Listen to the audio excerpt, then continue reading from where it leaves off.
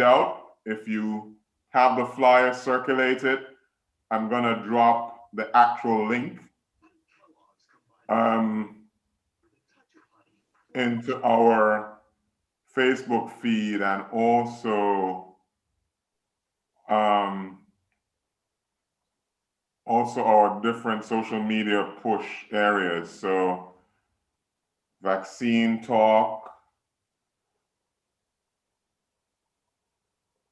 and you should see that coming up shortly. All right. Hey, Carrie, how are you? All right. Good night or evening. Yes, good evening. All right.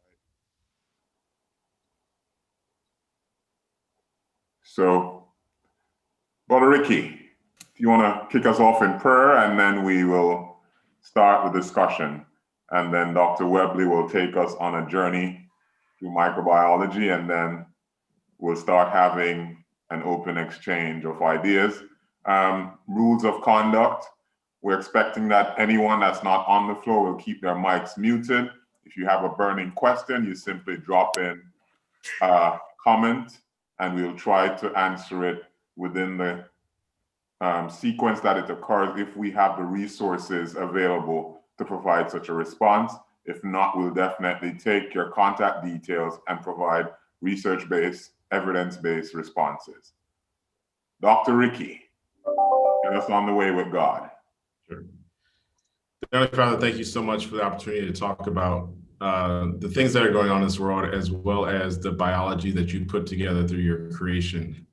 As we discuss these topics, help your wisdom to flow through the various questions and the responses so that we all may be educated and informed more than how we came into this virtual room. And may leave knowing that we can be better off trusting not only science, but also the one who created the science behind it. Thank you for Jesus' sake. Amen. Amen. Amen. So today we will be having a presentation from Dr. Webley. And then as your host, I will also have a circulate discussion between Dr. Ricky and Dr. Francine, which will give us a healthcare perspective and a healthcare professional perspective. And I'll give any kind of research grounding, data analysis, whatever is needed to get us having an objective discussion and allowing us to have, some more information out there balancing or counterbalancing what has been going awry. So Dr. Webley, the floor is yours. You're now a co-host, so you should be able to share your content. Let me know if you're having any challenges. Thank you so much. It is really good to be with everybody again, those watching on YouTube, those in our Zoom chat. It is a pleasure for me to do this each time, to share some science with you and to have the opportunity to talk about it in a meaningful way that we can actually have the correct information and the science behind what is going on. So I put my screen up. Let me just get some of these out of the way so that we can get going. I get this screen up.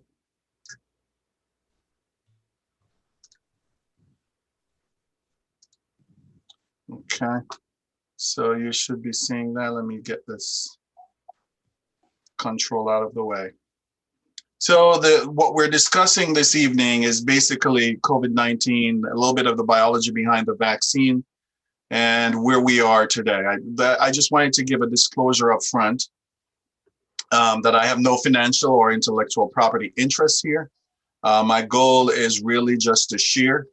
And that secondly, it is my goal to explain the science behind the disease, the vaccine development, and the safety protocols that have been run through this time. It's not my goal to convince anybody to take the vaccine. That's a personal decision for you. The hope is that I will give you enough information and that the team here, the panel, with really deep expertise will be able to give you enough information and background that you can make an informed decision about vaccine uptake there. Just a little bit going back to this disease, this family of viruses, the coronaviruses, has been known about for quite some time now, since the 1960s. In fact, we've known about this family of coronaviruses. And the initial ones weren't even thought of as being important enough to be given real names. So these alphanumeric code of HCOV, which human coronavirus, with these NL63s, and these cause the common cold. So it's very likely that in your lifetime you've experienced these coronaviruses as a cold. You never really thought much about them; they were just annoying. But 3 times now in the history of our human race, we've had these coronaviruses into the human population and cause death. And so that was the initial one was the SARS outbreak in 2002 to 2003 thereabouts when it ended. And this again came from a similar area, came from bats via the civet cats into the human population. And then in 2012, we saw where MERS, Middle East Respiratory Syndrome virus, came from bats into camels, and from camels get transmitted to humans. And that's an ongoing outbreak. The good news about this one is that because it requires the camel as a vector to transmit to humans, we haven't had much problems with that. And then in 2019, we heard of this outbreak starting in Wuhan, China, and that is actually what we're dealing with right now. So the virus itself is from the coronavirus family. Corona comes from the Latin word meaning crown, and it's the way you see this virus with these spike proteins sitting around on it. The disease itself is COVID-19, as we know, but the virus itself that causes it is SARS-CoV-2 from severe acute respiratory syndrome coronavirus 2. And essentially, I just want to start off by just giving you a scale. This blob that you see here, this purplish blob, is actually a cell. It's a human cell. And this human cell has been covered in tens of thousands of coronavirus of SARS-CoV-2, infecting it. In fact, this cell feels so helpless that it's in the process of doing what we call apoptosis. It's killing itself by programmed cell death because it's realized that there's just no way of overcoming this onslaught that it is having. And this is an important thing to think about for people who say, well, nothing's going to happen to me if I just get this virus infection. Well, you just don't know. Depending on the dose, depending on your immune system, underlying conditions, once you start having this process happening, anything could actually happen. So it's thought that this originated in Wuhan, China, a bustling city, a hub for international travel, but also a place where wet markets are common. And it's not clear if they call it the wet markets because of the melting ice, water running down each time, or if it's because of the fact that you can go there and you can just buy your meat live and you can get it killed, slaughtered there. But what you're seeing here in this picture is very typical from the understanding that we have of these wet markets that started out when China decided to allow its people to trade wild-caught meat because they were having such a hunger problem that they couldn't solve from the government side. But I'd like to show this picture, and it's the only one like it I have. So if you've watched me give talks before, you'd see this before. But what I want to point out, here's a truss chicken, a wild chicken, and it's sitting on top of the vegetables, which are also being sold. So it's a chicken. And then right down here are live frogs that when slaughtered are probably killed and cut up on this board here. Here you have another person who is gutting the frogs. You have frog remains and fish remains in here because he's doing the same thing in there. And if you notice, everything is dirty. The buckets here, the scale, the pan that is used to weigh the meat.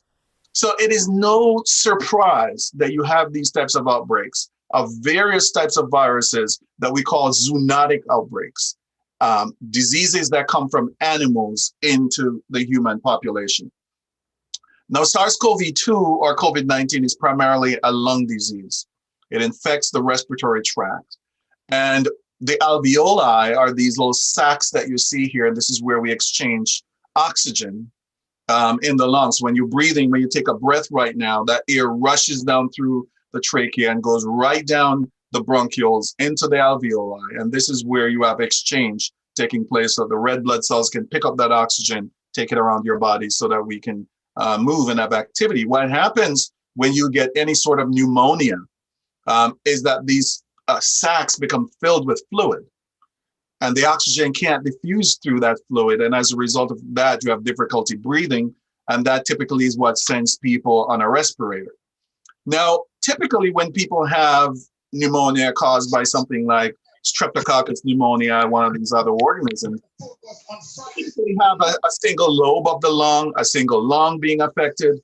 With SARS-CoV-2, what I've been seeing over and over again is that you actually have a bilateral involvement of the lungs, which makes it that much more difficult to breathe. And what you're seeing here is a scan from George Washington University, which is showing just all of those yellowish green areas are actually areas where the virus has actually damaged the lung and caused this type of opaque look that you're seeing. And essentially, that is why it's so difficult to breathe. One of the other things we worry about with SARS-CoV-2 is not only does it cause these respiratory issues that could actually send you into the hospital, but we know, for example, that people have loss of smell and loss of taste.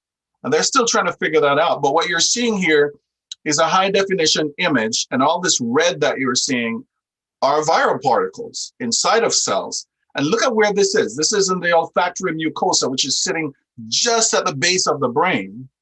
And while they're not able to prove definitively that these viruses are in the brain, it's not a stretch of the imagination to think that they're more than likely there. Here's a brain scan. And what you're seeing with these dark areas, they suggest that you're having leakage of blood in the brain. And this is from a COVID-19 patient. And then when you're seeing these white areas, these really, really dense white areas, it suggests that you might have immune cells infiltrating in those areas. That's going to cause problems. There are lots of other sequelae, COVID tongue, where you're seeing these kind of papular rashes on the tongues of people, these indentations that you're seeing, very typical of trending COVID-related illnesses. And this is a section from the intestines of someone who has overcome COVID-19. This is 92 days after the onset of the disease.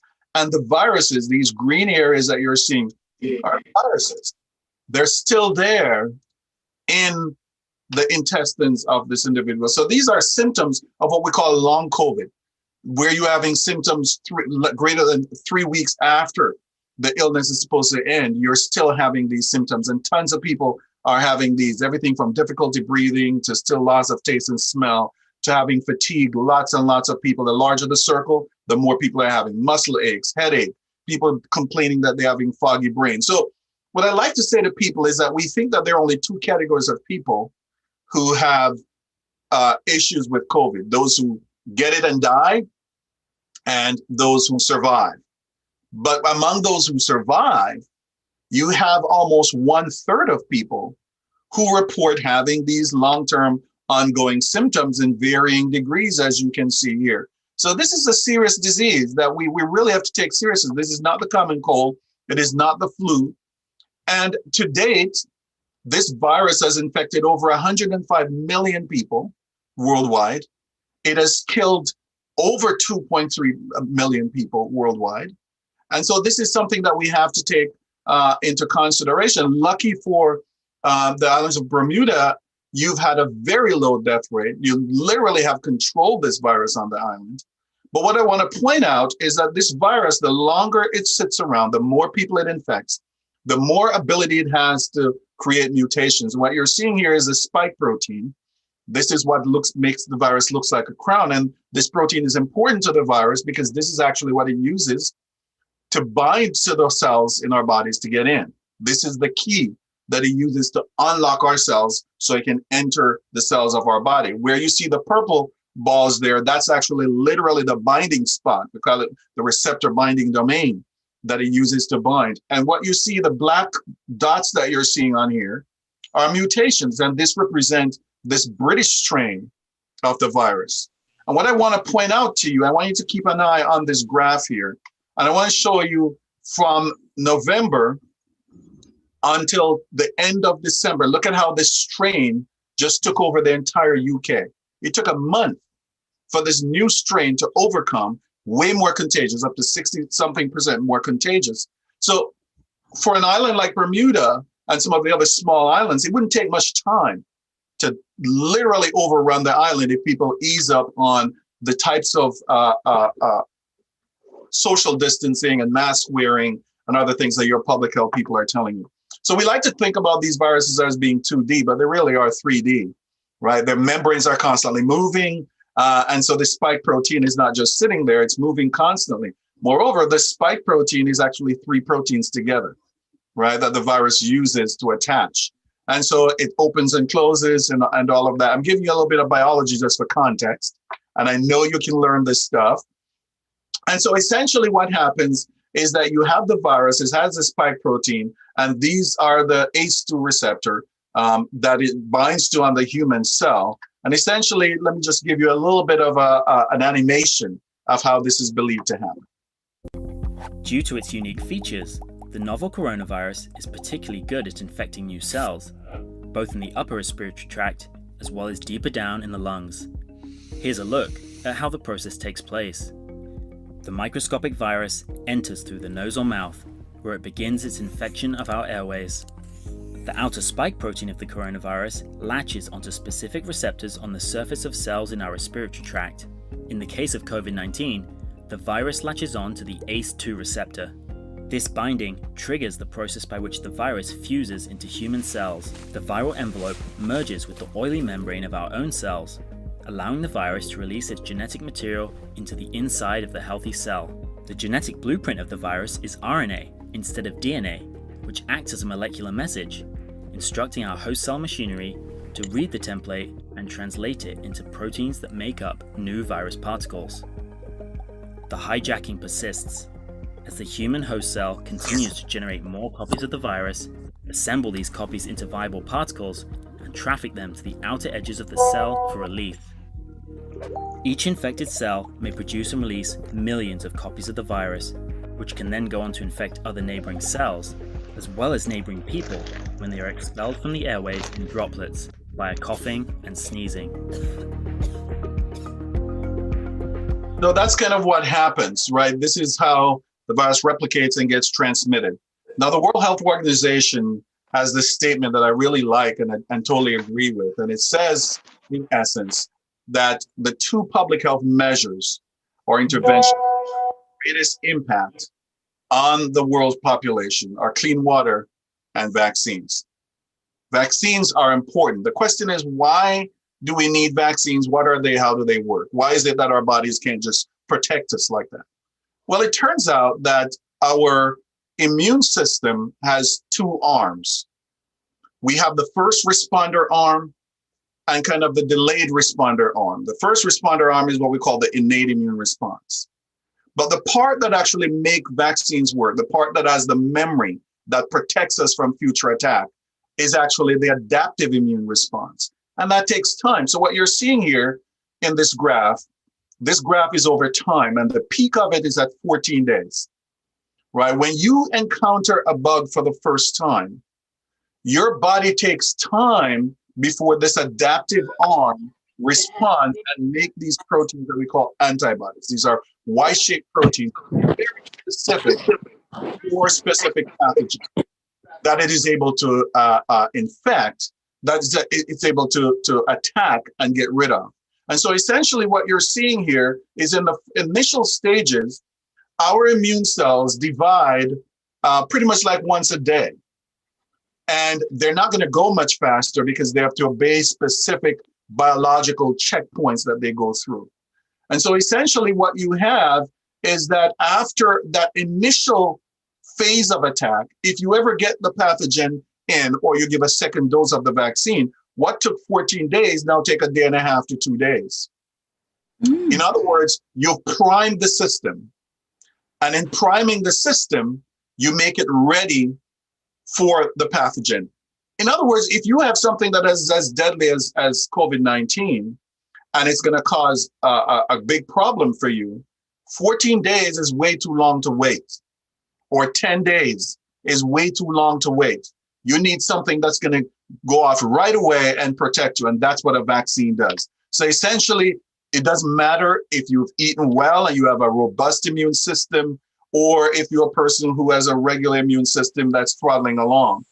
There's nothing that you can do nutritionally or biologically to overcome this initial delay, because that is just the way the body works.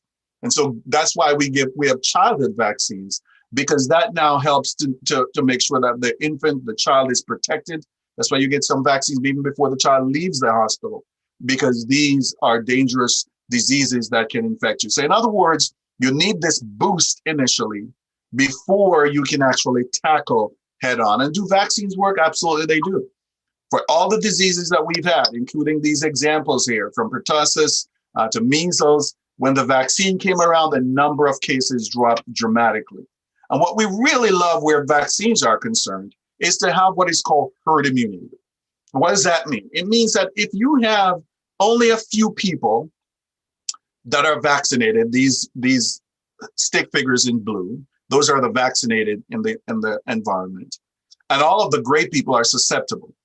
And you have one infected person, it won't take very long before all of those susceptible people become infected. Why? Because even though you have people who are protected, and you don't have enough of them to lead to any level of protection. However, if you have anywhere from 75 to 80% of the population vaccinated, and you even have one or two people in the population who are infectious or infected, it makes it very hard for them to transmit to other people, because they can't cause infection in you.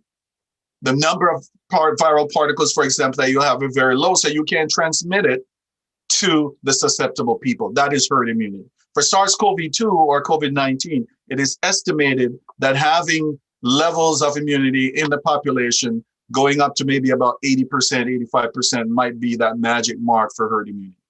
Do vaccines work? Here are two boys, same age, exposed to smallpox on the same day. And the only difference is that this young man on the right was vaccinated, the one on the left was not. Okay, so vaccines really do work when they work. Here you have lines of people waiting up to get the smallpox. This is 1947 in New York. And smallpox vaccine left a scar in everybody who got it. But here are lines meandering because people were dying from this terrible disease. So the idea is, if you create a vaccine for something like SARS-CoV-2, what you want is for it to be neutralizing. You want it to bind to the area of the virus, the spike protein that it would use to bind to this human ACE2 receptor, and essentially just block it. As I said, this spike protein is the key that the virus uses to unlock your cells, and this is the lock. And so essentially what you want is to have that lock blocked in some way. Now, the good news is that there are over 60-something vaccines in human trials right now, 20 of them in phase 3, the final phase. We have 3 of them that are approved broadly, another 7 that are being used locally by the countries that developed them. 4 vaccines have been abandoned at this stage, costing tons of money. So the 2 vaccines that have been widely approved right now are the Moderna and the Pfizer vaccine. The Oxford AstraZeneca vaccine has been approved in the UK and several other countries.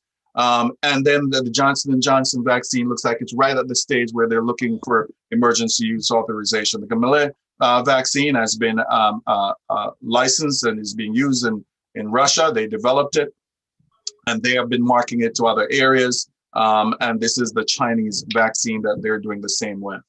I'm going to skip this for a little bit and just go to talking to you about a cell, a human cell, because there's a lot of theories out there that this mRNA vaccine is going to change our DNA.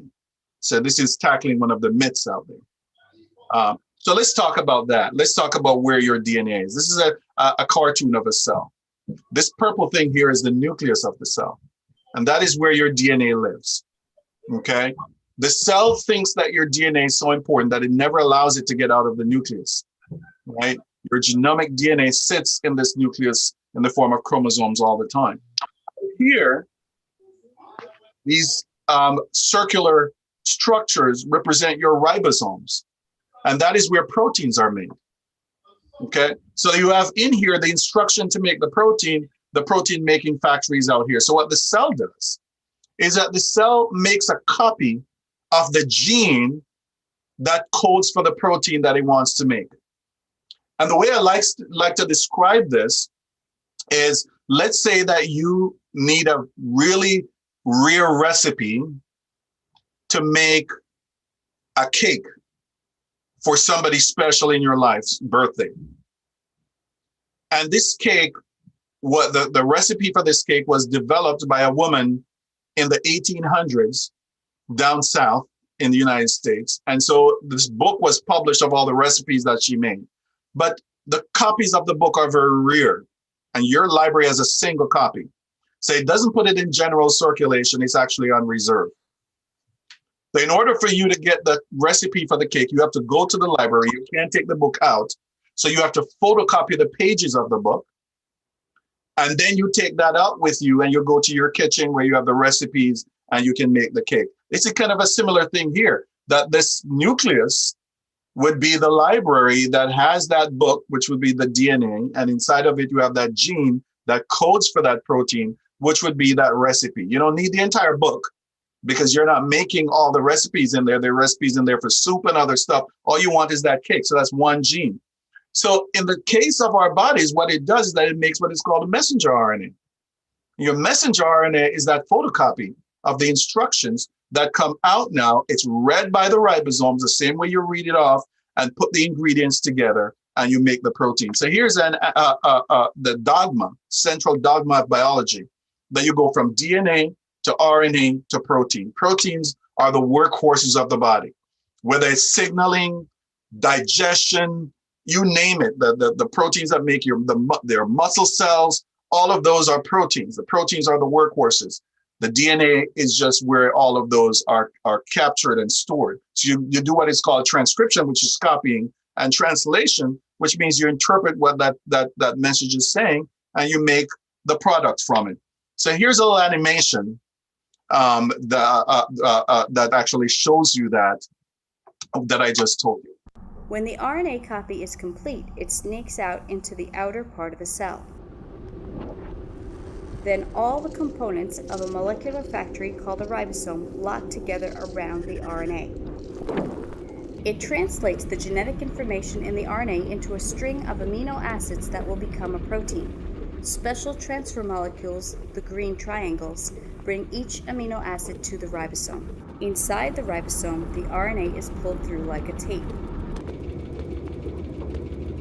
There are different transfer molecules for each of the 20 amino acids shown as small red tips. The code for each amino acid is read off the RNA 3 letters at a time and matched to 3 corresponding letters on the transfer molecules. The amino acid is added to the growing protein chain, and after a few seconds the protein starts to emerge from the ribosome. Ribosomes can make many proteins. It just depends what genetic message you feed into the RNA. In other words, this is a factory inside of your cell. It can make just about any protein. And all you have to do is to give it the instruction and it will make that. In fact, viruses thrive on this because viruses are obligate intracellular particles. They live inside of cells. And the reason why they have to go inside of cells is because they don't have a protein making machinery for themselves. And so what they do is that they hijack or co-opt this very system that we just looked at. And so when the coronavirus, when SARS-CoV-2 infects you, it does exactly what I just showed you, that it uses the cell's protein-making machinery to make all of its 30 proteins that it needs in order to build more of itself and to function, okay? So keep that in mind. So companies like Moderna and Pfizer-BioNTech, they got the sequence, the genetic sequence for SARS-CoV-2 in January of 2020. And the moment they got it, they went on their computers and they found the genetic sequence, in other words, the formula that makes the spike protein. Spike protein, again, is that key that the virus uses to unlock your cells. And what they did is that they went through the process of creating DNA from that and then copied the mRNA from that DNA. They encapsulate it into these nanoparticles. I'm going to say a little bit more about nanoparticles because some people get confused with nanoparticles and nanotechnology and microchips and those things. So I'll talk about that. The fact is that if you just throw the RNA into the cells, it will get destroyed by the immune system. So you have to put it in these oily droplets of lipids to protect it. And once it gets in, it gets picked up by cells. Now, it doesn't matter any difference which type of cell picks it up. Any cell at all that picks it up, muscle cells, immune cells, which are going to rush to the area, they're going to process it. In other words, they're going to break it down, this protein, once it gets made, because all of these cells, apart from red blood cells, actually have this molecular machinery to make this protein. So the lipid gets in these cells, they read the instructions, they make the protein, tons of copies of it, they pour it out. And some of them actually, when it gets into the cytoplasm here, some of them actually gets into what is called a retrograde pathway, where it gets loaded on molecules and is displayed on the surfaces of these cells via what we call MHC, for those immunologists are on there, MHC1 and MHC2. But immune cells also pick it up and they process it and break it down. And they are the ones that tell the B cells and give B cell and T cell help so that you can actually make these Y-shaped proteins called antibodies. And it's those antibodies that you want because those are actually what's going to help you to protect you from this. So here's a little animation on how mRNA vaccines work. mRNA technology has never been used before in an approved vaccine, but scientists are using it now to combat COVID-19. mRNA, or messenger ribonucleic acid, are snippets of genetic code that tell cells to build proteins. mRNA vaccines take advantage of that protein-building process to trigger an immune response and build immunity to SARS-CoV-2, the virus that causes COVID-19. Instead of using a small dose of live or dead virus like some other vaccines, mRNA vaccines use a tiny piece of the virus's own genetic material. Here's how it works. This is the virus. These are called spike proteins. Scientists have isolated the genetic code for those proteins, a set of instructions that are put into the vaccine so your body knows how to make them. Your immune system won't make an actual virus particle, but it will make copies of the angry red spike protein. In other words, no gray ball, but an angry red spike. Once vaccinated, your body starts making those spike proteins so your immune system will develop antibodies to fight the real thing, SARS-CoV-2, the virus that causes COVID-19. The Pfizer and Moderna vaccines that are created for COVID-19 will be the first licensed mRNA vaccines ever. Right, so nanoparticles, right? These tiny particles. And nano only describes the size of the particle, not its function. Nanoparticles are used for various things. Nanotechnology, nanomedicine is a growing area. And so essentially, here's a meter, about the length of a baseball bat, right? So that's a meter. A dime is about 1/100th of a meter, right? And here's a millimeter, 1,000th of a meter. A hair, one of your hair cells, or your hair itself, is about 10,000th of a meter. And here is nanometer. Nanometers is 1/1000th of a meter. Really, really small. In fact, somebody estimated that if each person on Earth was the size of a nanometer, right here, everyone on the planet would be able to fit on one Hot Wheels Matchbox car, right? That's how tiny a nanometer is when you think about that, right? And so these nanoparticles are highly technically challenging to create, but they literally form themselves because you use fats to make them, these oily lipids to make them, both plant-derived and animal-derived lipids. And essentially, you can imagine the picture in a factory. You have the vaccine components, the mRNA, coming from one direction. You have the lipids coming from the next that have been really carefully mixed and in a certain concentration. and you put them together and it self-forms into this molecule that has trapped in its center the mRNA, and you have these hydrophilic, water-loving parts of the lipid on the outside. The water-hating part or hydrophobic parts are inside. And so that's why it self-forms. So that's all that it is. It's just tiny oil droplets. Now, people have wondered how it is that we're able to make these vaccines so quickly if mRNA is something that is new. Well, the mRNA vaccine is new in the fact that we've never had one before, but the technology is not new. In fact, the technology is over 2 decades old. And so here's a paper from 1992, and so it goes even further, where they're looking at using mRNA to actually deliver a specific protein in rats that they're doing diabetic work on, right? Here is a 2017 paper looking at the safety and immunogenicity. In other words, its ability to induce an immune response of a rabies mRNA vaccine. This is 2017, okay? These companies, Moderna and Pfizer-BioNTech, that has been their technology. This is what they've been doing. In fact, Moderna is a 10-year-old company, and all it has ever done is mRNA technology. Here again, another paper, and I'm showing you these just so that you understand. This is a 2019 paper. If you see a paper published in 2019, it's very likely that the work was going on way before that, right? Because you have to do the work, get the data, put the paper together, get it peer reviewed and published. It's a 2019 paper. This is a flu pandemic vaccine, influenza vaccine that is being created by Moderna.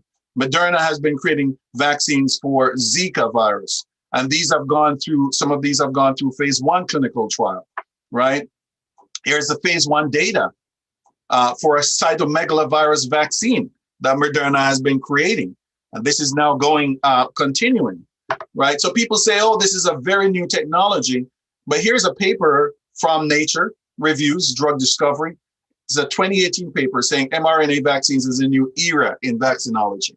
In other words, this is a technology that has been known, has been explored fully. Here is one for diabetes. They've been using it for cancer research. So here essentially is what your vaccines are, what I just explained to you how they're made. And here's what is in them. These are fats or lipids, cholesterol included, and then your potassium chloride, your potassium phosphate, your dibasic sodium phosphate. All of these come together to actually make normal saline. Right, that's what that is. That's what it's actually diluted in, okay? And then sucrose is sugar. Same thing pretty much for Moderna. Similar, they have this patented novel lipid that they have put together in order to encapsulate these vaccine entity and some sugar and salts as well. So that's what the vaccines have in. The vaccines have their mRNA in it. It has salts in it, it has sugar, and it has these lipids, both vaccines. Nothing out of the ordinary. In fact, they don't even have preservatives in them. They keep them at ultra low temperatures, keep them in these lipids. And so these are very similar vaccines, different amounts in each of them. The Moderna vaccine has about 100 micrograms, and the Pfizer has about 30. But here are the comparisons. Now, these are medicines, so you're going to get some effects from them. These are what are termed adverse events or side effects of the vaccines. And for both of these vaccines, you can get injection site pain, headaches, fevers, fatigue, chills, muscle pain. Some people have severe effects like these that last for a few days, but then they go away. None of these side effects are long lasting. They do disappear. And so people might say, oh, you get these side effects from these vaccines. There have been very rare ones, like I think 3 or 4 people in these trials combined had Bell's palsy. Bell's palsy is one of these things that you have a facial paralysis that just goes on for a short time and then it resolves. Nobody really knows what exactly causes it. And a few people in the trial had that. But nothing outside of what one would typically expect for a vaccine. So here's a description of just the Pfizer-BioNTech vaccine by the New England Journal of Medicine, a premier journal, as they review the clinical trial. SARS-CoV-2 has caused the death of millions of people globally. Safe and effective vaccines are needed to control the pandemic. The BNT162b2 vaccine is a lipid nanoparticle-formulated nucleoside-modified RNA encoding the SARS-CoV-2 full-length spike, modified by 2 proline mutations to lock it in the pre-fusion conformation. In this ongoing multinational Phase 2-3 placebo-controlled, observer-blinded, randomized trial, the efficacy and safety of the BNT162b2 vaccine were evaluated. Participants who were 16 or older and who were healthy or had stable chronic medical conditions were randomized 1-to-1 to receive either 2 30-microgram doses of the vaccine or saline placebo, 21 days apart. The first primary endpoint was the efficacy of the vaccine against confirmed COVID-19 with onset at least 7 days after the second dose in participants without evidence of prior SARS-CoV-2 infection, baseline or before 7 days after the second dose of vaccination. In 36,523 participants who had no evidence of prior SARS-CoV-2 infection, 8 cases of COVID-19 were observed among vaccine recipients and 162 cases among placebo recipients. This corresponds to a vaccine efficacy of 95%. Safety endpoints were reported in all participants who received a dose of vaccine or placebo and included specific local or systemic events and the use of antipyretic or pain medication within 7 days after the receipt of vaccine or placebo. In participants 16 to 55 years of age, pain at the injection site, fatigue, or headache occurred in 83%, 47%, and 42% respectively after the first dose of vaccine, and 14%, 33%, and 34% after the first dose of placebo. In participants over 55, pain at the injection site, fatigue, or headache occurred in 71%, 34%, and 25% after the first dose of vaccine, and in 9%, 23%, and 18% after the first dose of placebo. Thus, side effects were somewhat less common in the older vaccine recipients. Most side effects in both vaccine and placebo recipients were of mild to moderate severity. Serious adverse events were noted in 0.6% of vaccine recipients and 0.5% of placebo recipients. The authors conclude that a 2-dose regimen of the BNT162b2 vaccine conferred 95% protection against COVID-19. Its safety profile was characterized by transient mild to moderate pain at the injection site, fatigue, and headache, adverse events similar to those associated with other vaccines. Full trial results are available at nejm.org. So that's kind of scientist speak for, this is a trial that had, these vaccines and lipid molecules given to these people. Neither the recipients nor the people giving them the vaccine know whether or not they were getting the vaccine or the placebo. That's the double-blind, randomized case-controlled trial. And that at the end, these were the results, 95% efficacy. People had side effects. Here were the side effects, because they have to look now at side effects in both the placebo group and the vaccine group to determine if those effects are actually coming from the vaccine itself, or it's just generally because you got an injection with something. And that is an important component. Neil deGrasse Tyson is one of those people that I really like a lot, really smart scientist. And he says, one of the greatest challenges in this world is knowing enough about a subject to think you're right, but not enough about the subject to know you're wrong. And I've seen that so many times throughout the process of this vaccine development and SARS-CoV-2, where people literally skip from their areas of expertise and venture into talking about vaccines and vaccination and infection. When they're not trained in that area and have trouble understanding what they're reading or what they're seeing, and are leading people astray. And that's why I give these presentations, to hopefully have a conversation about what you think the science means and what it actually means. So one of the myths is that this vaccine was developed really fast. And so the thought is that something must be wrong with it because of the speed at which it was developed at. And I can understand that, because traditional vaccines could never be developed at this speed. However, saying that the vaccine was developed quickly gives the impression that there were some critical steps that were skipped, and that's certainly not true. The reason that the vaccine was developed at the rate that we saw it develop was because the technology was right there. It's a plug and play technology. In other words, it's just a platform, literally like you write a program for something, and you just punch in whatever you wanted to calculate, and it's able to do that. And so the RNA, our messenger RNA vaccine technology was there, was ready to go. Number two, a lot of money was thrown at it. Private sector money from places like the Gates Foundation, and of course, federal money was thrown at these vaccines. The small vaccine companies like Moderna and BioNTech that had the technology, they partnered with the federal government or with a company like Pfizer. Pfizer didn't do anything with mRNA vaccine out there until it partnered with this small German company. So essentially what they did is that they started merging clinical stages. In other words, phase 1 is supposed to be a small phase with less than 50 people, which these were. There were about 45 people that were in phase 1. But once they saw that the phase 1 data was looking good, in other words, no one was dying from this. People weren't having severe adverse events that were outside of what is expected. Once they realized that, then they applied for phase 2 authorization, were given that. So they had phase 1 continuing while they started phase 2, an overlap. They did the same thing for phase 3.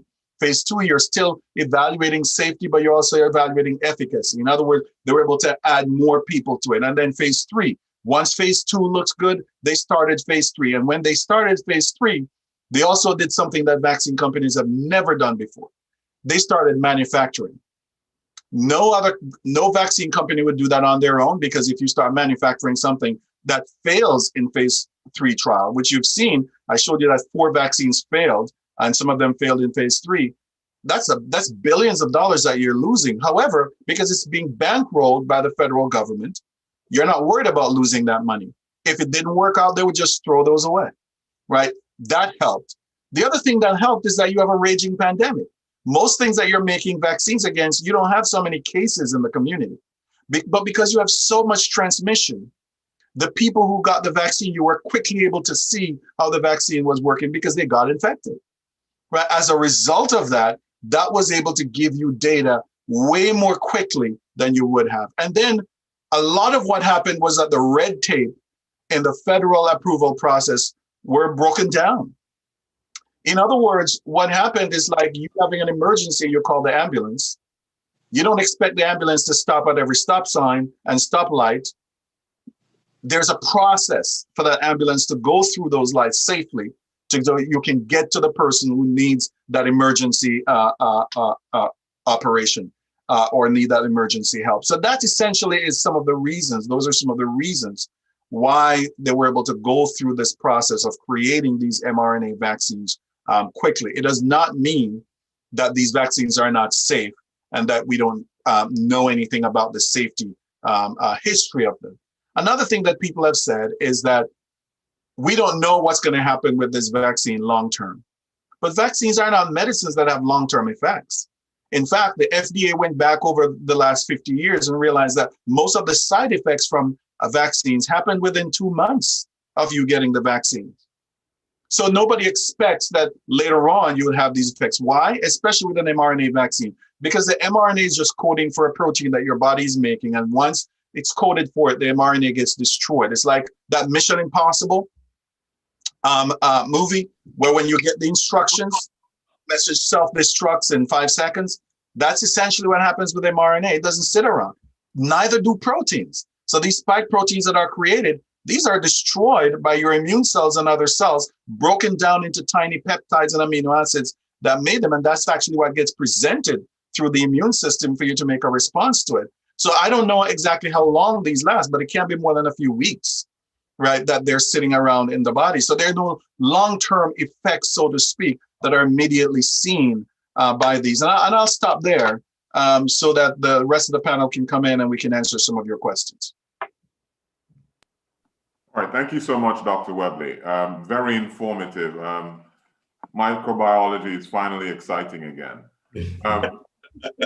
You looked on the science of the vaccine, the efficacy, and I saw the soon Dr. Bourne just smiling away as you talked about the different studies to establish efficacy. Because thinking that something is rushed is different from knowing that every resource that was possible could be pushed, that was pushed towards this development.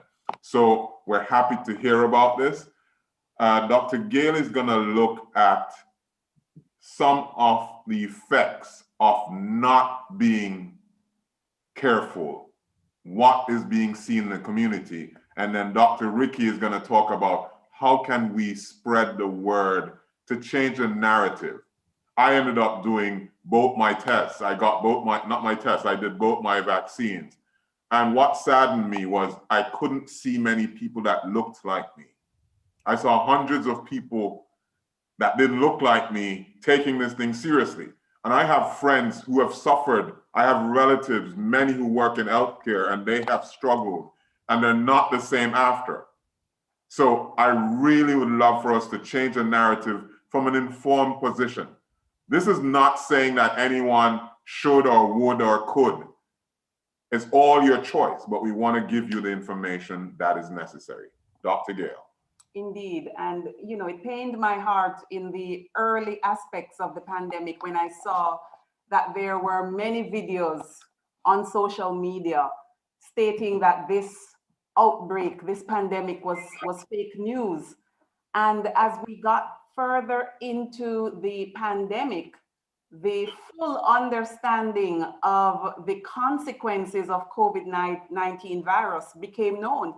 And as a neurologist, one of the areas that we saw was actually strokes.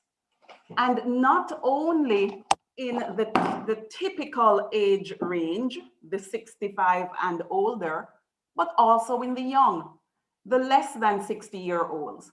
And what was horrific about the types of strokes that we would see is that it was the very large blood vessels that were being blocked by clots. These large blood vessels are just through your neck and pretty much within the first few centimeters of your brain. And if you can imagine a very large pipe being blocked with clot, large areas of your brain would die. And so it was quite disheartening to see the reports and to see the videos of COVID-19 parties, you know, people just being very careless with information when on the medical side of life, we were seeing these devastating consequences. And Dr. Webley also highlighted the concept of long COVID-19 syndrome. You know, one of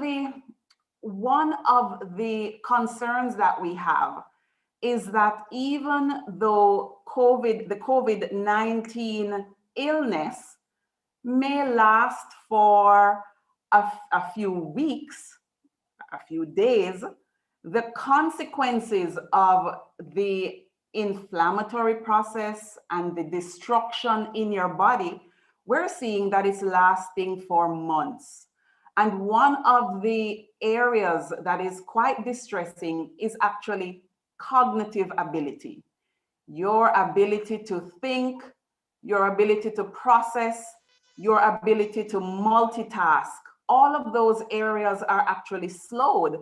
And we're seeing individuals having significant drops in their IQ points and in functional tests that put them in the category of having a cognitive disability.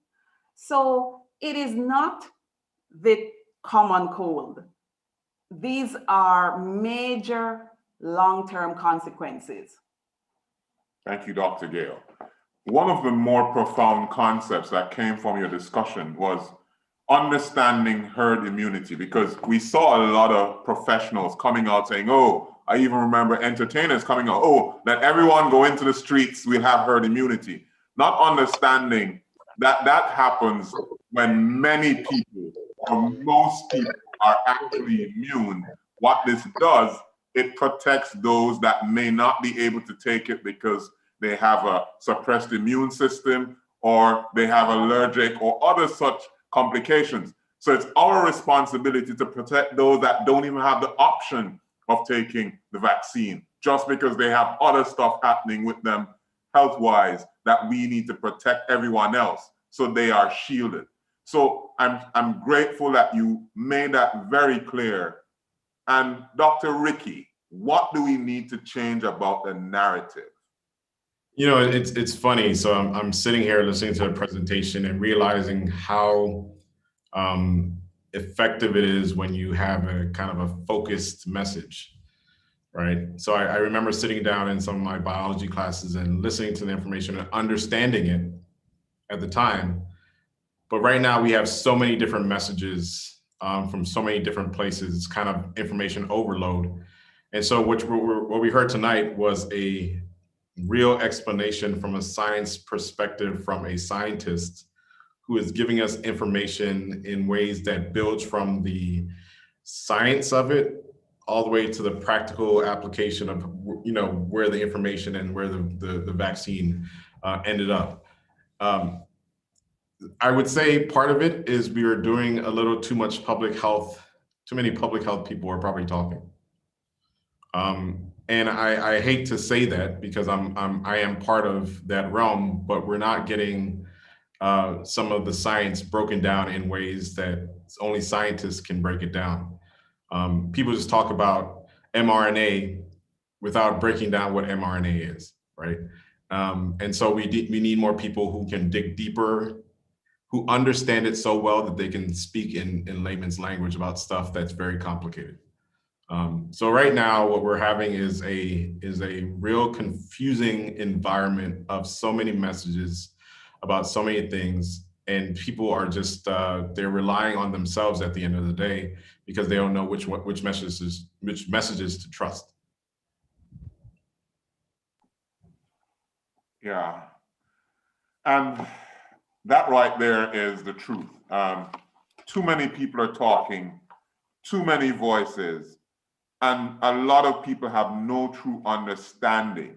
So I've seen, just this week, I've gotten the same video sent to me of a nurse who is breaking down in her mind. She's woke, and she's sharing about the fact that, oh, there's these 13 people who had challenges.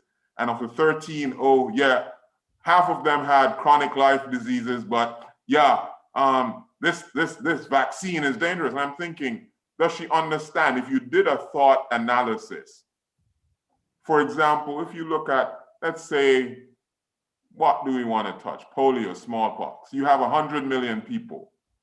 If you vaccinate 100 million, you'll probably have less than 1,000 people who have adverse effects that may need medical attention. But guess what? If left unvaccinated, the 7+ billion that we have, in no time, now that we have much more improved travel, in no time we have a global wildfire that we have no way of containing. There's no health system that can respond in a way to control it. So we have to change the narrative. And I think we also need to change the awareness of how to get your information. If you're not getting studies from reputable institutions, you shouldn't even be listening to it. It's best to even hit delete, because you're feeding yourself with diatribe. And it hurts my heart to say it, because I've gotten it from people I love. But if you don't understand how research is interpreted and how it should be treated, ask for help, ask for clarity, because it helps to understand when you're talking about 13 in a population of 330 million, it doesn't even come up. It's 0.0001 if you express it as a percentage. While if it runs unchecked in a population, the numbers are staggering. So let's be honest. When we don't know, we don't know. This is not about saying you should or should not. It's about saying, get the understanding that you need to guide your lifestyle choices. We have some questions in the chat. Mm-hmm. RF is asking, I think you also have to address that the community does not trust medicine based on history. Any takers? Yeah, and you see, that's a part of the problem, right? What has happened is that the anti-vax movement, which people think is just this band of people just string around and saying stuff, they're very organized and they have a method to how they approach their messaging. And they have purposely used this mistrust in the African American or Black population of medicine, stemming from stuff like this Tuskegee syphilis study, really horrible study that ran for way too long, from the 1930s to the 1960s, 70s, where men in Alabama were essentially experimented on. Their syphilis was not treated even after penicillin became widely available and could treat it. They were not treated. They wanted to see what syphilis would look like in these men. They died from the debilitation of the diseases. And there were several other things that have happened in modern medicine that has led to a level of lack of trust. And what has happened is that the anti-vax movement has capitalized on that mistrust and has used it to poke holes in science and try to alter the data that is out there and have a huge following. Dr. Gold, Simone Gold, has so many people following her and this frontline physicians group that sounds legitimate, but it's really a bunch of wackos who are spewing information that is just not true. And this is a fundamental issue. The other part of this is that we're too quick to send stuff out when we get it. What happened to when you're grade school when people used to tell you to check your work twice before you turn it in? Which math teacher who is worth their salary in second grade wouldn't tell you to check your work before you turn it in? But what we've done is that we've become lazy as a people. We don't read. So if somebody sends a little video to us, we don't go and check to see if it's correct. We send it out, and here's the next thing that we do with it. When we send it out, we post and say, God, please protect this person because the devil is going to go after them and the government is going to go after them. No, they're not, because what they're saying is so stupid that nobody would waste their breath on going after them. However, when you start doing that, you legitimize wrong information. When all it would take would just be 5 minutes of searching, and you would get the truth out there in multiple sources that will debunk what you have. Yeah, Dr. Ricky, just piggybacking on what you just said, Dr. Webley, the information science side of it is a lot of people don't realize that people are getting paid when videos are watched. So people are circulating any kind of diatribe that they can peg some ads in so that they can get ad plays, so they can make money from the ads that they share. So a lot of what is shared is not necessarily shared because the content has any value. It's clickbait. It's supposed to get you worked up and click on it and watch it long enough so they can generate some income. So there are a number of things that are at play that have nothing to do with science. It's more about income, not necessarily in the way that you would expect it to be. Yes, Dr. Ricky. So I do want to take a step back and give people the benefit of the doubt. People are scared of some of the things that they've heard, right? So they're scared of the autism. They're scared of something changing their DNA that's going to show up years later. They're scared of their sperm cells being affected by a vaccine. People are scared and they hear information. So I have a master's degree in bioengineering. And every time I listen to a science presentation, I learn something, but I can decipher it because I also learned the fundamentals of it. And it took a lot of years for me to do that.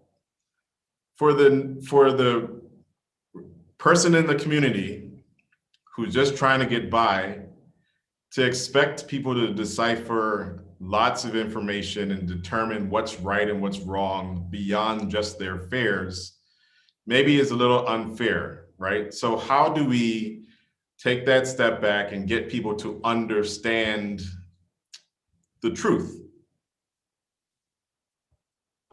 Yeah, I agree with you to a significant degree, Dr. Ricky, that the fear is real, and the fear feeds into a panic mode when any clickbait pops up. While I accept that, I'm also noticing a trend among individuals of African descent. For decades, we have noted in the medical field that community, the community of which I am a part, have very poor health seeking practices. Yes, you may say that the basis of that is mistrust. However, as you talked about learning the fundamentals, there are ways for you to learn the fundamentals about your own health. You have local health practitioners, your general practitioner, the community nurses, people whom you have trusted with your health for years, who have given you health information. Those are the individuals that you can go to, number one. Number two is that you have to find the reputable sources. So for example, if you are diabetic, you're not going to take your diabetes information from Miss Mackey down the lane. You're also not going to take your diabetes information from a random YouTube video. You are going to say, okay, the American Diabetes Association and all the other health authorities around the world, the British guidelines, they all have patient education material that breaks down the complexities of medicine into simple layman's terms. And so while I understand the fear and the mistrust that the Black community may have for the healthcare system, you still have to become health literate. Because when we look on the hospital beds, who are we seeing in pretty much all of the mixed communities? We're seeing Black predominance for all the comorbidities, which tells me that you are not, I should say, we are not getting to the point where we find avenues to become health literate. All right, a question here. What are the chances of the vaccine causing an autoimmune disease in individuals that were never at risk? You want to take that one, Dr. G? Okay, so as Dr. Webley said, the vaccine has short-term effects because it is a protein-based system, and your immune system has a very defined way of not only responding to a protein that's put into the body, but also a system of removing proteins from the body. It's a very controlled environment. Now, you may ask, if an individual with an autoimmune disease, if they take the vaccine, are they at a higher risk of having complications or side effects from the vaccine? This we don't know specifically, but what, as it relates to COVID-19, but what we have is a body of evidence from many vaccines that have been given over decades, and that pattern has not been seen. And you have to understand that COVID-19 is considered, in layman's terms, an even cleaner vaccine, because Dr. Webley can tell you the previous vaccines would actually give you a part of the germ itself or a modified or inactivated germ. The COVID-19 vaccine does not have any direct component of the virus itself. So to answer your question, no. All right, there's one here asking, and it speaks to what Dr. Ricky said. There are some cases where the narrative has to change. It's saying that some of the healthcare practitioners and politicians have been calling the people who hold a different view wackos. I think the softer way of saying it is, much of what is sprouted against the vaccine is not based in science. A Grey's Anatomy jacket costs about $37 on YouTube. A lot of people will order it, they'll put it on, they'll get in front of a camera, and they'll make pronouncements that's just not grounded in good science. It's unfair because what it does, it causes a hesitancy that has a cost. And the truth is, who it's costing are the groups that really need the protection the most. And we really need to get to the point where we get out of our feelings and really think about how can I protect myself, my children, my family, my community. That's where we want to couch this because that's who it affects. So far, I've had at least 6 or 7 family members affected by this virus. I've had countless friends in my age group, which is scary because I'm shy of 50. So I take it seriously and I understand that there's disrespect, there's challenges, there are mixed messages, but let's pause long enough to seek the help that we need. The information is there, there's a lot of it, but forums like this, listening to voices that understand it, who will explain it with respect and respecting human dignity, and understanding that we don't all know and we're all learning as we go along. I think that's a path that we can take. There's another question. What's it saying, Dr. It says the flu vaccine has the potential to cause Guillain-Barré disorder. So how is this different from this mRNA vaccine versus the attenuated ones? That's definitely your question because you've handled that syndrome. Yes. All right. So as Dr. Webley commented in his talk, the COVID-19, or prior vaccines have had various neurologic complications or adverse events. One of the extremely rare, as in 1 in 2 million risk, is what's called Guillain-Barré syndrome. And that is where your nervous system gets attacked in response to the administration of a vaccine.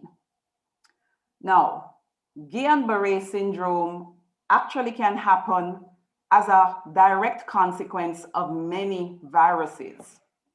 Dr. Webley will tell you, Campylobacter jejuni, influenza, Zika, chikungunya. In fact, when I was in Jamaica, we saw such a spike in Guillain-Barré cases due to the actual viruses. The risk of you getting Guillain-Barré from a vaccine is 1,000,000 times or more less than getting it from the actual virus itself. And I have to repeat that.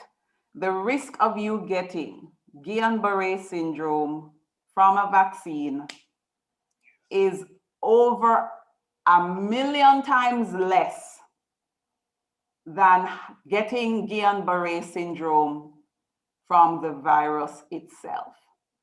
You have to remember that. The whole aim of a vaccine is actually trying to decrease the likelihood of you getting a virus or a bacteria that can cause you a lot more devastation than the vaccine itself. Is it possible, so if we can just talk about those numbers real quick, right? So in Bermuda, 12 people have died from COVID, or the complications of the virus, which leads to COVID-19, which is the disease. So 12 people have died, which is 1 in every 5,000, about one in every 5,000 people in Bermuda have died from the virus itself. So when we talk about numbers and we talk about the risk, if we're talking about 1 in 2 million, as you know, getting Guillain-Barré, that versus the potential of death and long-term complications of the virus, we have to talk about the balance of the numbers, right? What is the risk to you? Bermuda has done a pretty good job in protecting, which has put us in some sort of a bubble, right? In terms of thinking that we're not at risk, which is a good thing outside of this fact that we're also very dependent on tourism from an economy standpoint. So you can't stay in a bubble forever. The world can't stay in a bubble forever. My brother works in a hospital and he sees people die every day from COVID. So his perspective in Los Angeles is totally different from my perspective in Bermuda. So I can understand why people may not take this as seriously as when they see people die all the time. But as you mentioned earlier in the presentation, it only takes an outbreak and a spread of a mutation, the variant in Bermuda, to spread really quickly and people to have either death or long-term complications of something that they could have avoided through something like a vaccine. Not saying that vaccine is the only way to mitigate the risk, but it is one of the ways that has a lot of people have put a lot of money behind because a lot of economies and dollars are dependent on things getting back to normal. I'd just like to comment on the autoimmunity argument there. So what is autoimmunity? Right, so let's go back to a little bit of immunology. Autoimmunity is when your body starts making a response against itself. And typically, that response is against stuff like DNA and RNA binding proteins and some of these things. Well, it turns out that for most what we call inflammatory viral infections, and most strong viral infections are extremely inflammatory. In other words, they cause strong fever. They cause a lot of cellular destruction. There is a temporary autoimmune state that the body goes into. It typically resolves after the inflammation is gone away because the body is being flooded with stuff that it typically doesn't see a lot of. And sometimes what happens is that it's a mistaken identity. You know, they did a study where they ran human proteins against antibodies that were made against viruses and bacteria. And they found tons of human antibodies of these antibodies that were reacting with viruses, reacting with human proteins. In other words, some of these stretches, we say this about antibodies, that they're promiscuous. You know, these are immune proteins. They're sometimes promiscuous. They'll bind to stuff that looks close to what they were made against. We call it cross-reactivity proper. And that happens. And so when you talk about something like Guillain-Barré, GBS, when people say that GBS is increased with flu vaccine, it's kind of a misnomer here, because the truth is you're talking about an increase in 1 to 2 cases per million doses of the vaccine.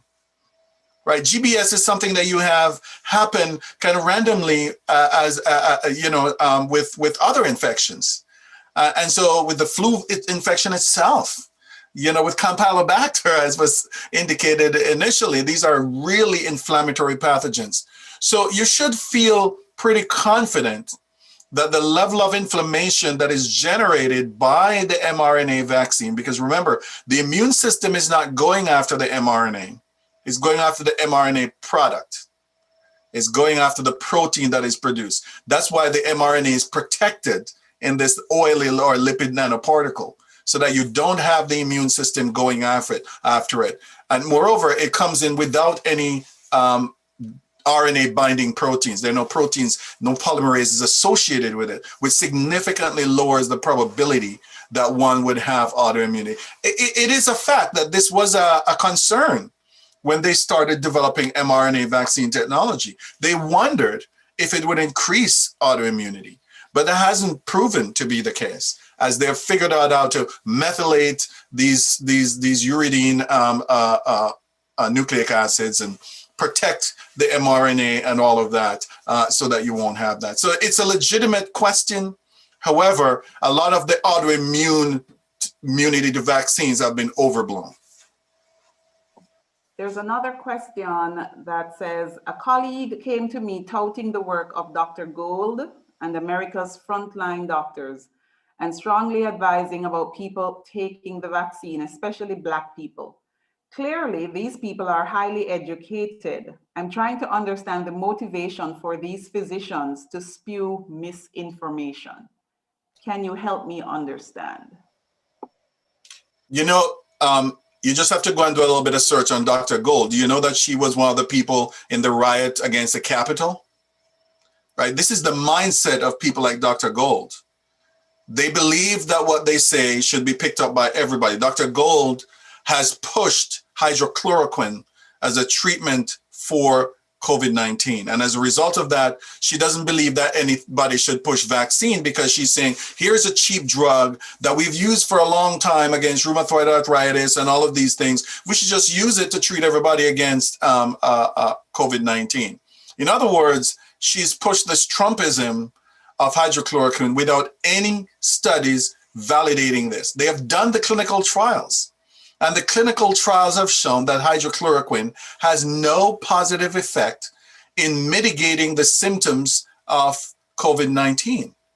And so what Dr. Gold should have done when she saw that data was to say, wow, I really thought that would have worked, but thank goodness for science, because the scientific process played out and has demonstrated that this doesn't work. So the question is, why would doctors like her and several others spew this foolishness? Because doctors are people. Doctors are regular people who get influenced by stuff that they don't understand. Dr. Gold is not an immunologist. Dr. Gold is not a vaccinologist. Dr. Gold is not an epidemiologist. That's not how she was trained. You have to realize that modern medicine is highly specialized, right? You know, 4 years of medical school doesn't teach you how to be a doctor. You become a doctor in residency, right?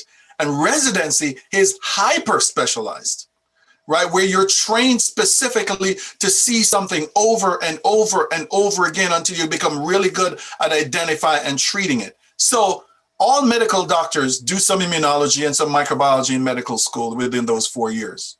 You know what doesn't happen? If you don't continue an interest in that area, you never pick up an article or a book or anything else on this area after you've left medical school. So it is not surprising the problem is that a lot of our people, a lot of African Americans think that if you're a doctor for everything.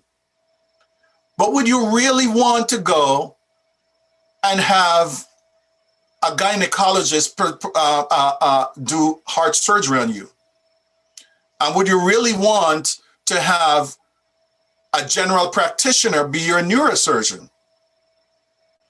Nobody wants that. Everybody wants to have the best doctor. And when we're getting a surgery, everybody wants to hear that your doctor has done hundreds of those surgeries, thousands even, so that they are an authority on it. And so here's the issue. You have to do the same thing with these areas of expertise. What you have to listen to people who have spent time. And I'm not saying that if you're an OBGYN or if you're a dermatologist, that you can't understand what we're talking about. Not in the least, you can, but you have to spend time with it. You have to go into the literature. You have to read stuff. You have to understand it fundamentally. You have to reteach yourself. And that is why people like Dr. Gold are militant, because they are so arrogant that they think their understanding of the science is better than everybody else. That's why they're at the point where they are. And I think that also answered the next question. Are some of these doctors against the vaccines selling other natural remedies? Could it be money? And Dr. Webley is vehemently shaking his head, yes. And the other question, how are the strains created? And do the vaccines address the variances of the virus?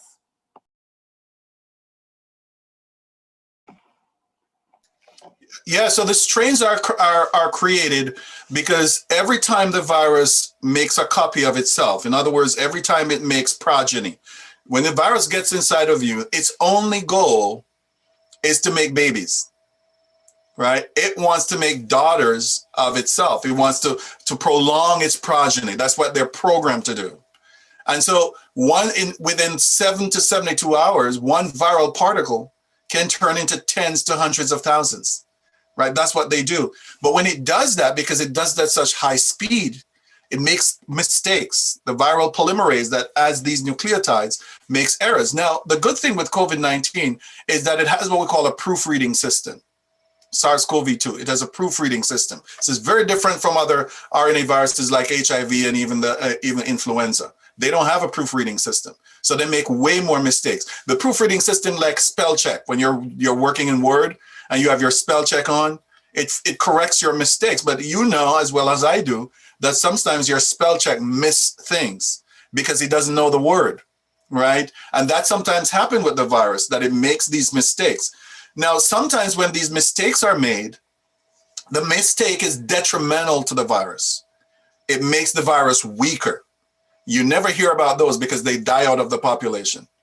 But every now and then, it makes a mistake that benefits it. And natural selection then selects for that strain that can infect more readily, that can bind more tightly to that protein, that key fits better, or that is more infectious. Because again, the virus's number one goal is to make more of itself. And whatever gives it that ability, that's what it's going to chase after.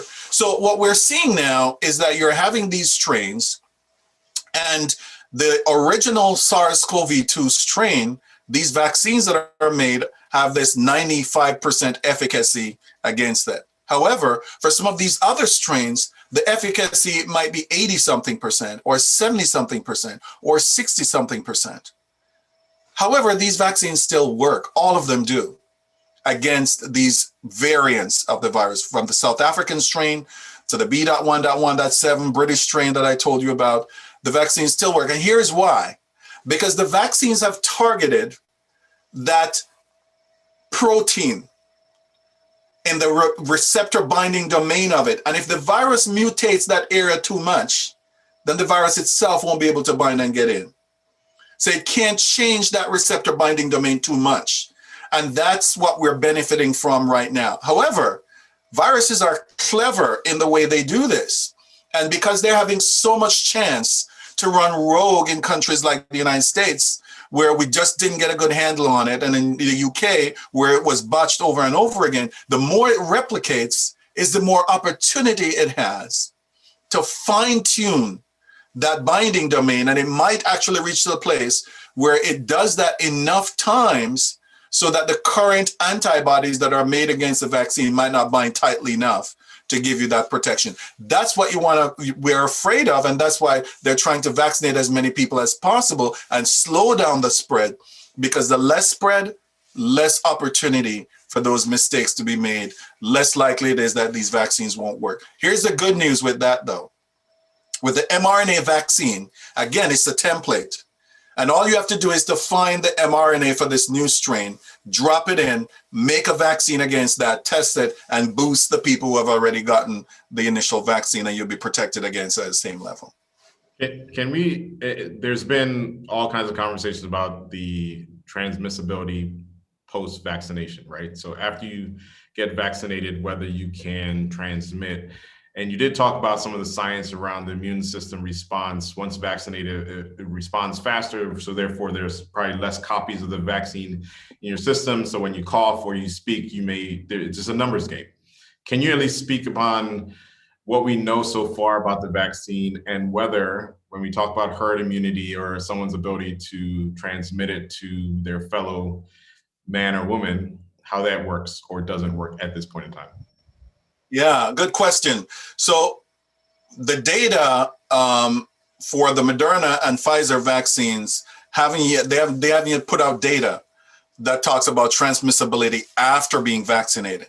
However, I was thinking about this the other day, and I thought to myself, there is no vaccine that I know today that works to prevent disease, but allow transmission of enough virus to cause disease. I couldn't think of it.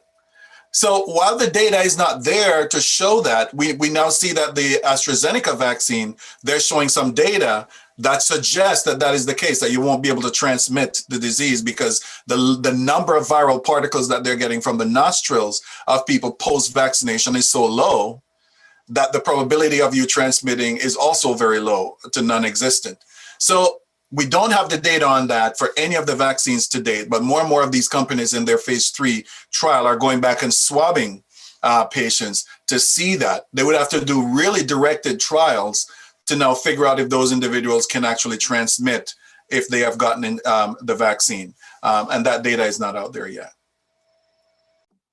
There's a question here that it is unethical for Dr. Gold, etc. So where is the accountability in the medical community? And I'll take that question. So part of the difficulty in controlling information is social media. Everyone has a platform. Typically within the medical fraternity, there is a very stringent system by which research is conducted and the research information published. At each step of the way, it has to be reviewed and re-reviewed by experts in the field and who are our peers. So we call it peer-reviewed journals. And a peer-reviewed journal, the higher the platform is and the reputation of the journal, the more difficult it is for you to meet the criteria for your study to get published in that journal. It has to be on point. Every single detail has to be on point. It has to meet rigor. The fact of the matter now is that with social media, anyone can say anything. And because it is not within the structured medical community, it is not always bound by the same rules that govern our publishing within our medical journals. So they can say that they have given their opinion. A professional opinion is the lowest level of credibility when it comes to medical information, especially if the person who is speaking does not have years of a body of work that has been demonstrated over and over and over again to be valid.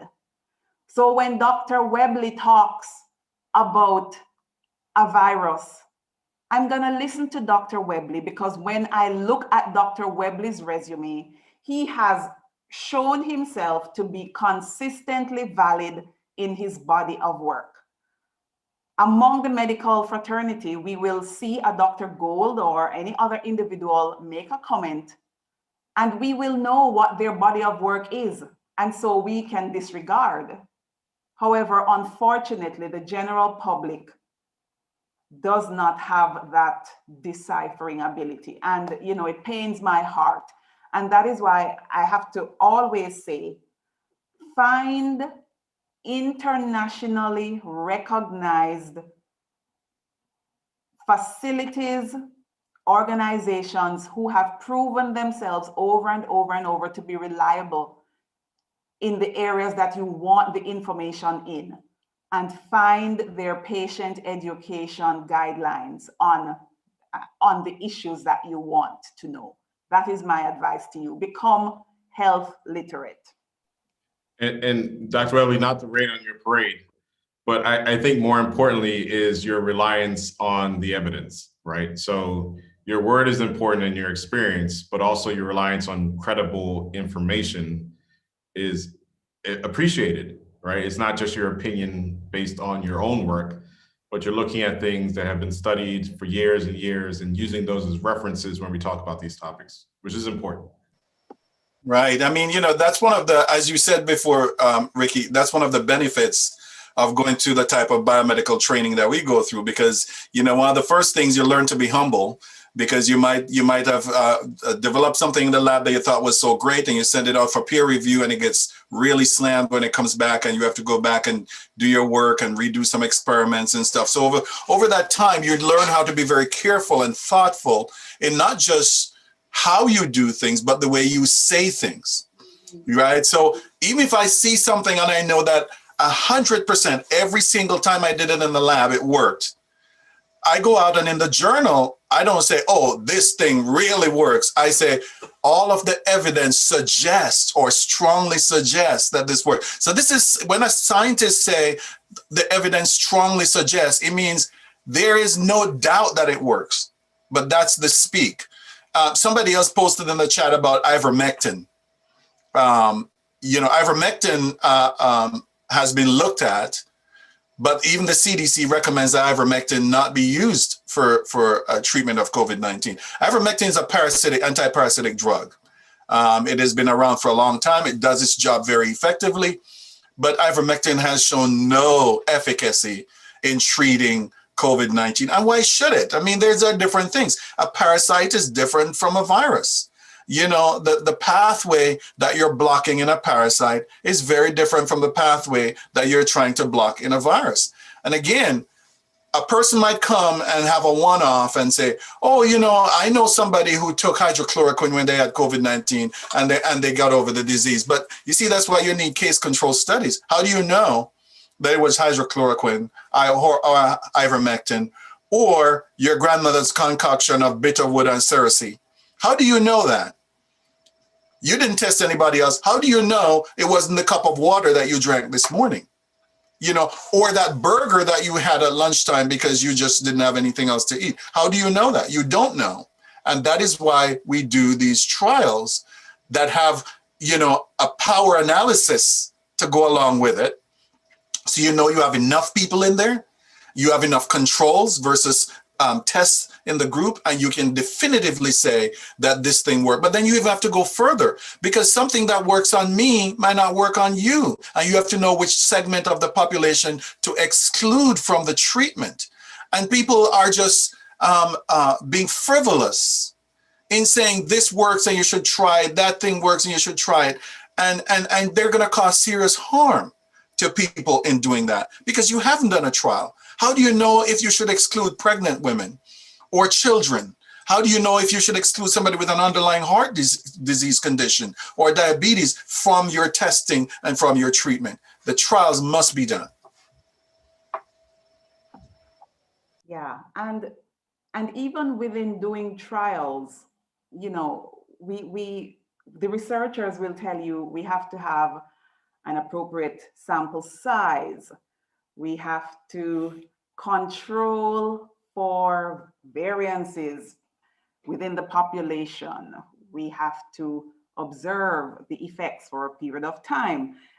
In the chat, someone commented on a new study out of New Jersey where hydroxychloroquine may be of benefit in treating mild symptoms of COVID-19. And I clicked on the link that was placed in the chat, and it stated that approximately 100 patients received the drug.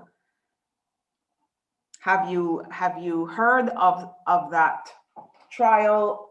Do you have any comments at this time, Dr. Webley?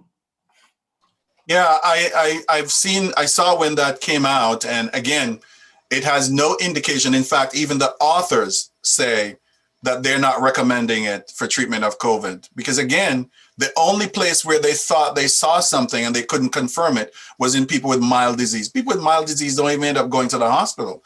People with mild disease don't need any medication. They just need some rest and some fluids, to get better.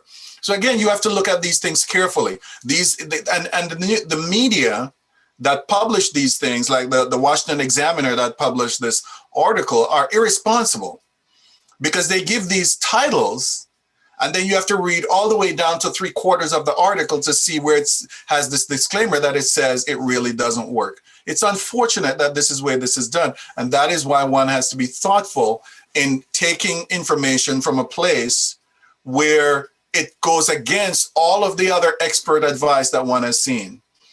You have to go back and look at, is it supported in other areas? So I think part of what the conversation, and I see some of the comments in the chat. So part of the conversation is kind of the contrast, or it's not a battle, but between the rigors of scientific research and maybe more practical treatments. And I would say there's probably a place for both in certain situations. Sometimes you're going to need to have big scientific studies with huge research rigor to get, especially when it comes to complicated and widespread disorders. But what is the place for, I guess, less rigorous? Because I see medical professionals kind of talking about some of these other treatments. What is the place for less rigorous research and studies that, and putting those kind of treatments into the public space? Is there a place for that? There absolutely is. And I think if a physician, for example, has noticed that you're treating patients with COVID with something else that's not indicated, because that's where the COVID pandemic has kind of broken down, where you don't have treatments that prevent people from ending up in the hospital. What they've looked at, because again, it's just an ongoing raging pandemic, they've looked at drugs to save people's lives once they've gotten into the hospital. Now, there should be robust studies looking at treatment measures that you can detect that somebody is moving towards getting worse, and you can mitigate that by either some over-the-counter drug or something you pick up at your general practitioner, so that can mitigate you getting into a hospitalization situation. However, I think physicians who are in emergency room departments and in even some nurse practitioners and nurses who are seeing certain trends, if you see something that has an indicator for a particular drug, get an IRB approved, right? Get somebody else with you and test it. Test it on 10 patients, 15 patients, 20 patients. And when there's indication that it works, you get it tested on a larger group of people. But again, there's a process, because without that process, then you go against the very thing that you commit to do no harm. That's the mantra of a medical professional, do no harm. And if you're going in and you're doing harm to people, then you're not doing your job. You're actually violating what you have committed to do. There is no shortcut when it comes on to using a particular medication. And that's why the same people who are saying many times, oh, why aren't we using hydrochloroquine, are the same people who are saying, oh, they created that vaccine too quickly. I don't trust it. So it's really an interesting dichotomy that people have in terms of these drugs, because they've been around for a long time. People think, oh, it should be no problem using them for this thing, not realizing that every single drug has its own side effects. And when you compound it with other underlying conditions and medications, it can become problematic. Just touching on that, and not to take up too much time, but so when it comes to the symptoms of COVID, whether it be trouble breathing or aches and pains or fatigue or diarrhea, my assumption is that there are treatments that can treat those specific things, not the infection itself, but treat the symptoms of it, right? If you get headaches, taking Advil will stop the headache. It doesn't stop the COVID infection, but it stops the headache.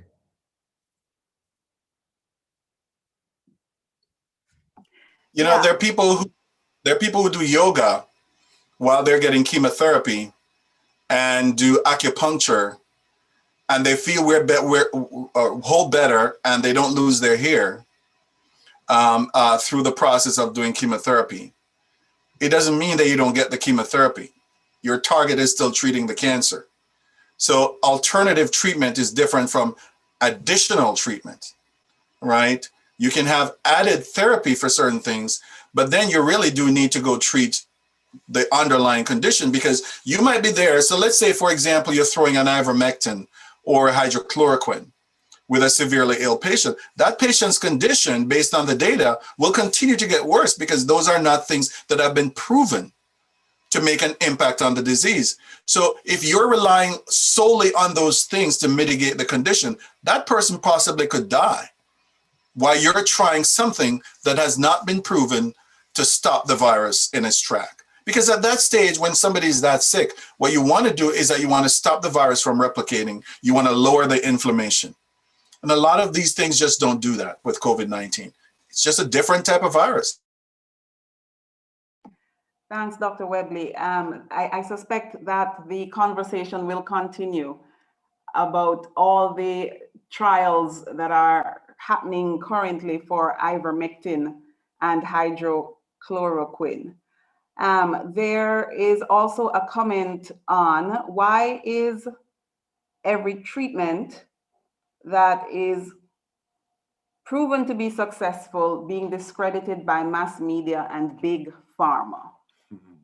Why is mass media, politicians, and doctors only advocating for the vaccines? So I can answer that. Again, you have to understand that over the course of our training, we as medical practitioners have understood our relationship with the drug companies. We understand that the drug companies, as much as they are offering a healthcare service, that it's also a business. And because of that, embedded in our training is the understanding of how to interpret what is presented to us by the drug company. Now, there are many different brands that woo physicians on a daily basis. The general public is now just being brought into the world of the drug companies. For time immemorial, physicians have always had to look at what is being created by the drug company, sift through the hundreds of thousands of studies, hundreds of thousands of drugs that are being put into production, and try to figure out which one is the best choice for the patient that is sitting across from you or lying on the bed.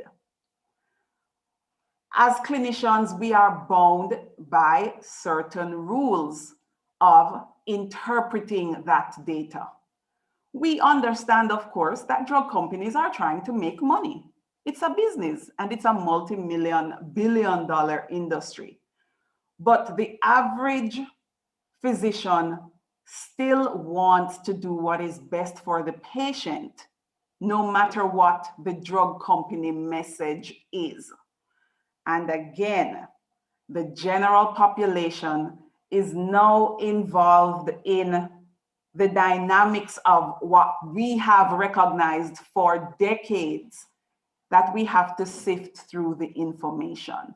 So it's not that we are pushing vaccines, we are analyzing the evidence behind what is being made. We've always done that. We've always been critical of what was the process, what was the safety, what was the rigor of the development of such a drug, what has been our own personal experience with the use of that drug. All of those things we do on a daily basis, regardless of the message that is said by the drug company.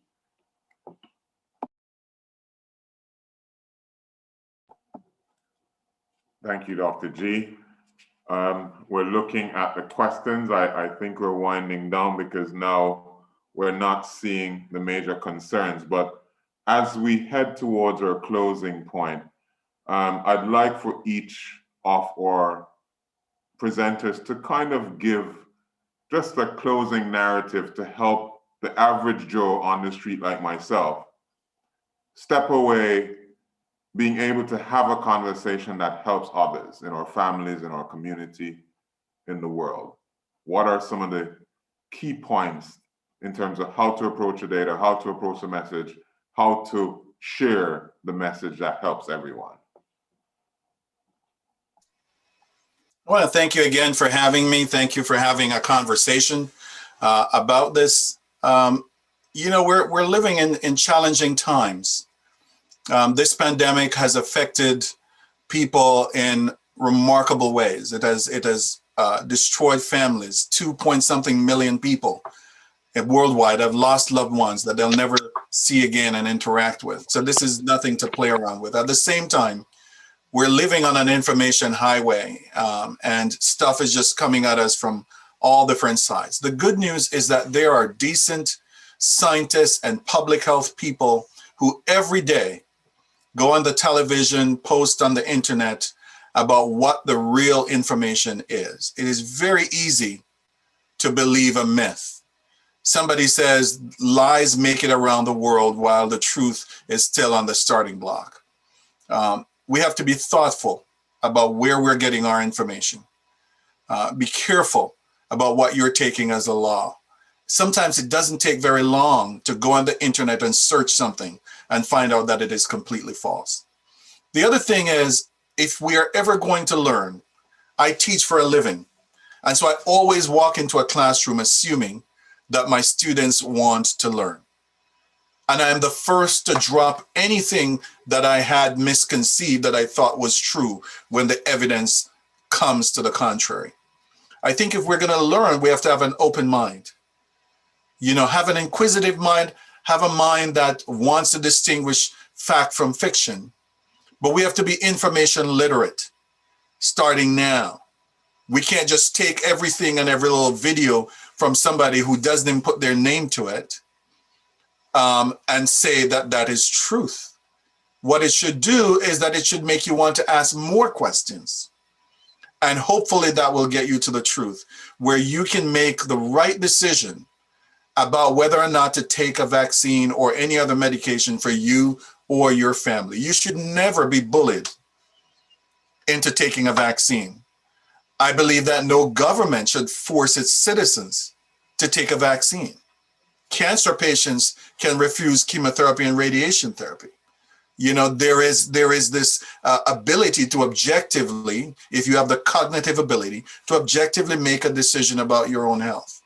However, you cannot ignore the fact that as people of color, as Black people, we have died disproportionately from this COVID-19 pandemic.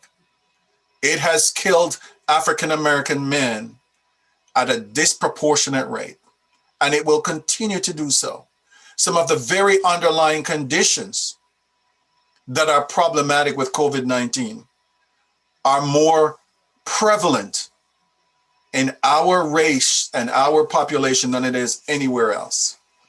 I'm on several groups and committees. In fact, I was just on the phone this afternoon with a state representative who has asked me to come and help them to do PSAs and help them to have community conversations with men of color in our community to talk about the science of the vaccine and to get them to a place where they can make a decision as to whether or not to do this. I think that is the process, and it is a process.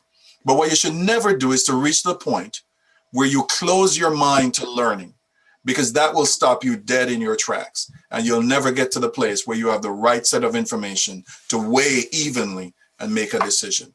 I pray that God will bless you as we continue to deal with this, realizing that there will come a time when this too shall pass. Thank you, Dr. Webley. Dr. Ricky, your closing arguments. I just want to say kudos to the audience who has paid attention to this. It means that you are still interested in learning. And with the information that was presented today, I think everyone's learned something, which means that this was a valuable session.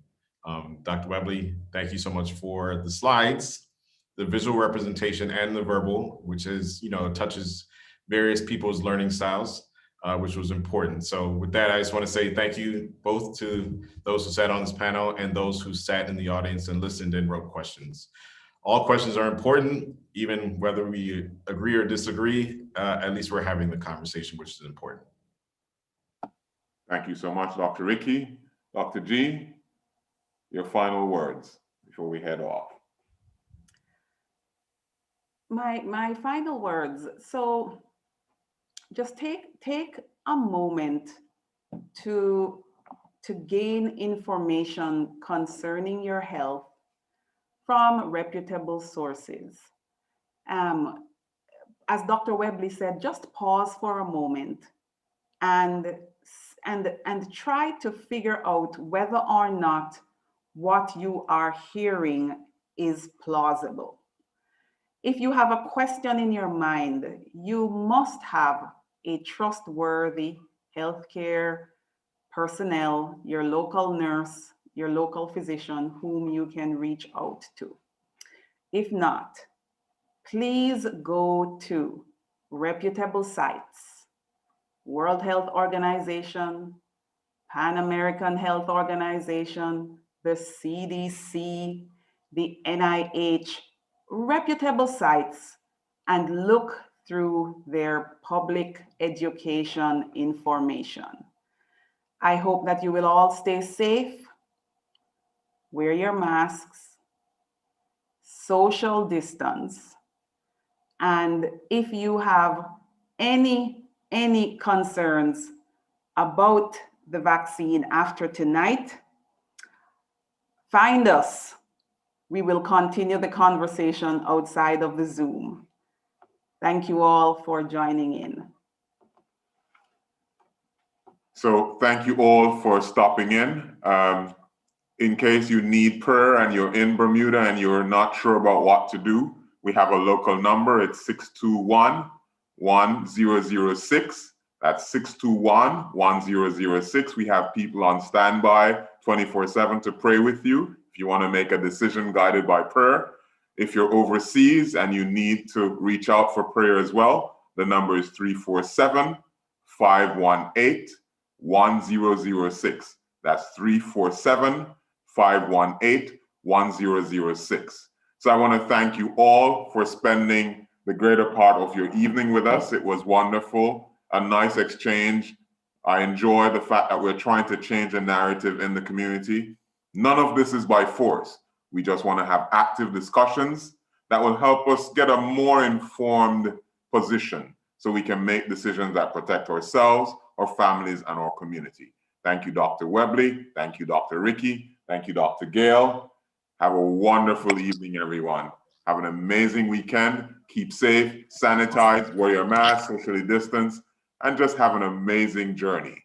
Take care of yourselves and take care. Bye-bye. One love. Bye-bye.